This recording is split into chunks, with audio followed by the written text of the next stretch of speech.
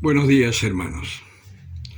En este domingo vamos a meditar sobre el Evangelio de San Marcos, del capítulo 5. En aquel tiempo Jesús pasó de nuevo en la barca a la otra orilla y se aglomeró junto a él mucha gente. Él estaba a la orilla del mar. Llega uno de los jefes de la sinagoga, llamado Jairo, y al verle cae a sus pies y le suplica con insistencia diciendo: «Mi hija está a punto de morir. Ven, impón tus manos sobre ella para que se salve y viva». Y se fue con él. Le seguía un gran gentío que lo oprimía. Entonces, una mujer que padecía flujo de sangre desde hacía 12 años y que había sufrido mucho con muchos médicos y había gastado todos sus bienes sin provecho alguno, antes bien yendo a peor, habiendo oído lo que se decía de Jesús, se acercó por detrás entre la gente y tocó su manto, pues decía: «Si logro tocar, aunque solo sea sus vestidos, me salvaré». Inmediatamente se le secó la fuente de sangre y sintió en su cuerpo que quedaba sana del mal. Al instante Jesús, dándose cuenta de la fuerza que había salido de él, se volvió entre la gente y decía: «¿Quién me ha tocado los vestidos?». Sus discípulos le contestaron: «¿Estás viendo que la gente te oprime y preguntas quién me ha tocado?». Pero él miraba a su alrededor para descubrir a la que lo había hecho. Entonces la mujer, viendo lo que le había sucedido, se acercó atemorizada y temblorosa, se postró ante él y le contó toda la verdad. Él le dijo: «Hija, tu fe te ha salvado. Vete en paz y queda curada de tu enfermedad». Mientras estaba hablando, llegan de la casa del jefe de la sinagoga unos diciendo: «Tu hija ha muerto. ¿A qué molestar ya al maestro?». Jesús, que oyó lo que habían dicho, dice al jefe de la sinagoga: «No temas, solamente ten fe». Y no permitió que nadie la acompañara a no ser Pedro, Santiago y Juan, el hermano de Santiago. Llegan a la casa del jefe de la sinagoga y observa el alboroto, unos que lloraban y otros que daban grandes alaridos. Entra y les dice: «¿Por qué alborotáis y lloráis? La niña no ha muerto, está dormida». Y se burlaban de él. Pero después de echar fuera a todos, toma consigo al padre de la niña, a la madre y a los suyos, y entra donde estaba la niña. Y tomando la mano de la niña le dice: «Talita cum», que quiere decir: «Muchacha, a ti te digo, levántate». La muchacha se levantó al instante y se puso a andar, pues tenía 12 años. Quedaron fuera de sí, llenos de estupor, y les insistió mucho en que nadie lo supiera, y les dijo que le dieran a ella de comer. Palabra del Señor. En este largo evangelio vemos dos momentos particulares de la vida del Señor, donde realiza unos milagros portentosos. Y a veces corremos el riesgo de pensar que la iglesia está mal porque no se realizan estos milagros actualmente en la iglesia, aunque de hecho sí se realizan, solamente que en casos muy excepcionales y por lo general son de los santos a quienes se les invoca pidiendo algún favor. Pero lo crucial de estos dos momentos es algo que yo ya les he insistido mucho tiempo, y como verán ustedes, la palabra de Dios es muy simple. Se están narrando las mismas cosas con distintos hechos para que podamos entender, pero no hay muchas novedades. Y lo de hoy es lo de siempre, la fe.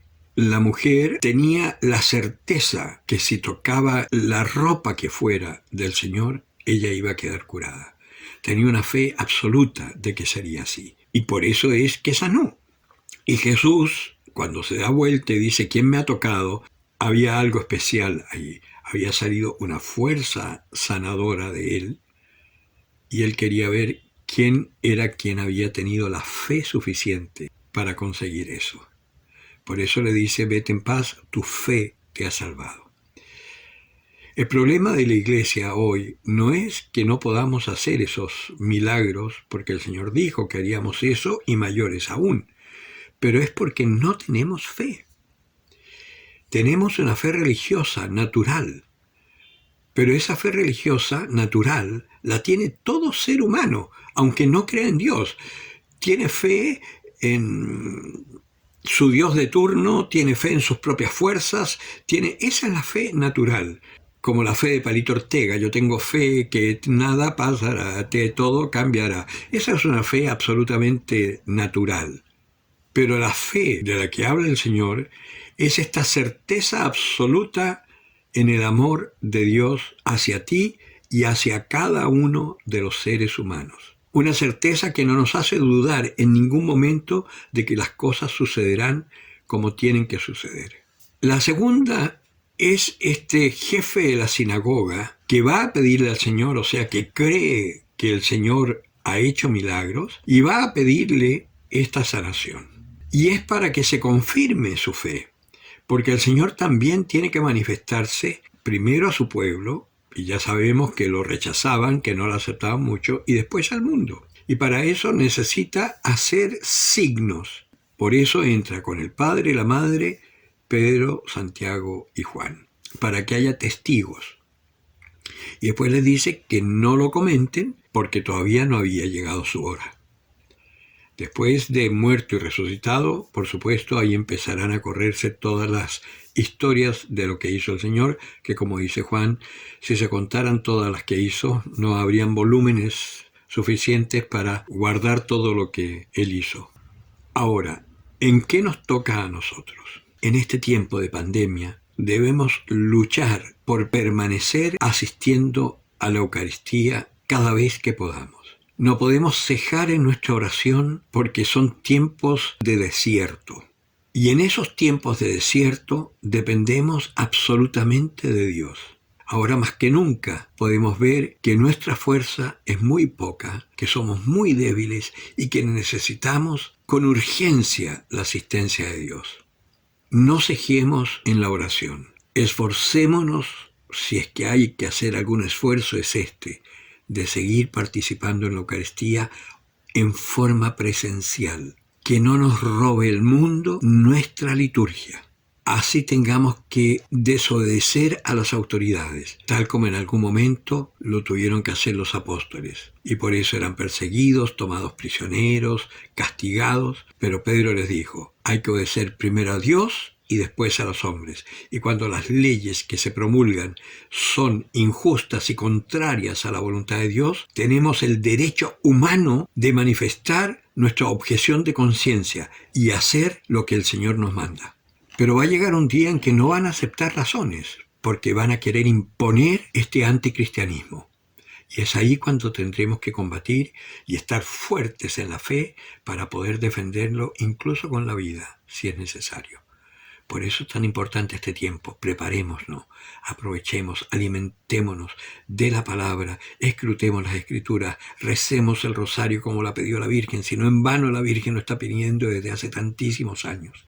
Es un arma poderosísima, no dejemos de hacerlo. Bien, el que tenga oídos para oír, que oiga. Bien, que tengan un buen domingo, ojalá puedan meditar la palabra. La primera lectura y la segunda son muy buenas. Voy a dejar, como siempre, en la descripción del video, voy a dejar las lecturas por si alguien se interesa para leerlas si no ha podido asistir a la misa. Y una cosa que a mí no me gusta mucho, pero los de YouTube me dijeron que sería bueno que yo promocionara mi canal. Por lo tanto, ahora digo de palabra, dale like, toca la campanita y suscríbete. Ok.